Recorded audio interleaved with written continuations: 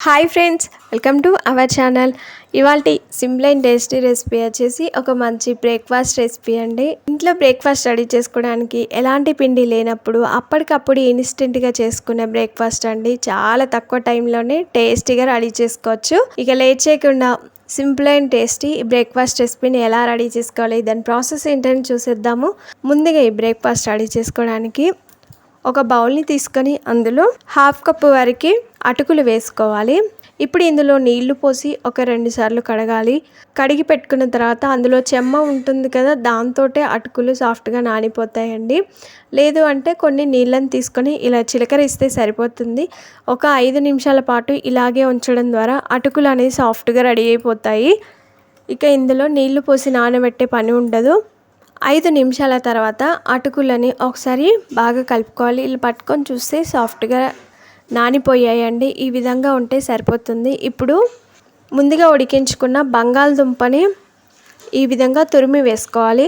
ఇక్కడ చిన్న సైజులో ఉండే బంగాళదుంపలు 2 తీసుకున్నాను. ఇలా సన్నగా తురిమి వేసుకోవాలి.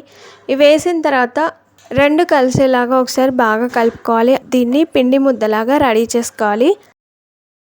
ఈ విధంగా కలుపుకున్న తర్వాత చూడండి, పిండి ముద్దలాగా ఇలా రెడీ అయిపోయింది. ఇప్పుడు ఇందులో 1/2 టీ స్పూన్ జీలకర్ర, 1 స్పూన్ వరకు కస్తూరి మేతి, అలాగే 1/2 టీ స్పూన్ వరకు రెడ్ చిల్లీ ఫ్లేక్స్ వేసుకోవాలి. దీని బదులు కారం కూడా వేసుకోవచ్చు.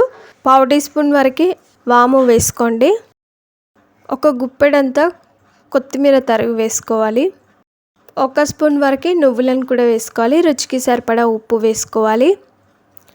ఇప్పుడు ఇందులోనే ఏ కప్తోనైతే అటుకులు తీసుకున్నామో అదే కప్పుతో 1 కప్పు వరకు గోధుమ పిండి వేసుకోవాలి. మీ దగ్గర కావాలనుకుంటే జొన్న పిండి అయినా వేసుకోవచ్చు. నేను ఇక్కడ గోధుమ పిండిని యాడ్ చేశాను. ఇవి వేసిన తర్వాత అంతా కలిసేలాగా బాగా కలుపుకోవాలి. ఇది కలుపుకునేటప్పుడే మెత్తగా మ్యాష్ చేసుకుంటూ కలుపుకోండి. అటుకులని మిక్సీ పట్టలేదు కాబట్టి బాగా మెత్తగా మ్యాష్ చేసుకుంటూ కలుపుకోవాలి. ఈ విధంగా కలిపి పెట్టిన తర్వాత ఇలా కలిపెట్టుకున్న పిండిని చిన్న చిన్న బాల్స్ లాగా, చిన్న నిమ్మకాయ సైజ్ అంత బాల్స్ లాగా, ఇవి బాల్స్ లాగా రెడీ చేసుకునేటప్పుడు చేతులకి కొంచెం నూనె అంటించుకొని బాల్స్ లాగా రెడీ చేసుకోండి. అంత పిండిని ఇదే విధంగా బాల్స్ లాగా రెడీ చేసుకొని ఒక బౌల్లోకి తీసుకోవాలి. ఇప్పుడు ఈ చపాతీ పీట పైన పొడి పిండిని చల్లుకోవాలి. పిండి ముద్దని ఈ పీట పైన పెట్టుకొని చపాతీ కర్రతో పూరీలు ఏ విధంగా చేసుకుంటాం, మధ్య మధ్యలో పొడి పిండి చల్లుకుంటా అదే విధంగా రెడీ చేసుకోవాలి. ఈ విధంగా చేసుకున్న తర్వాత వీటిని ఒక ప్లేట్లోకి తీసుకుందాం. మిగతా బాల్స్ని కూడా ఇదే విధంగా రెడీ చేసుకోవాలి.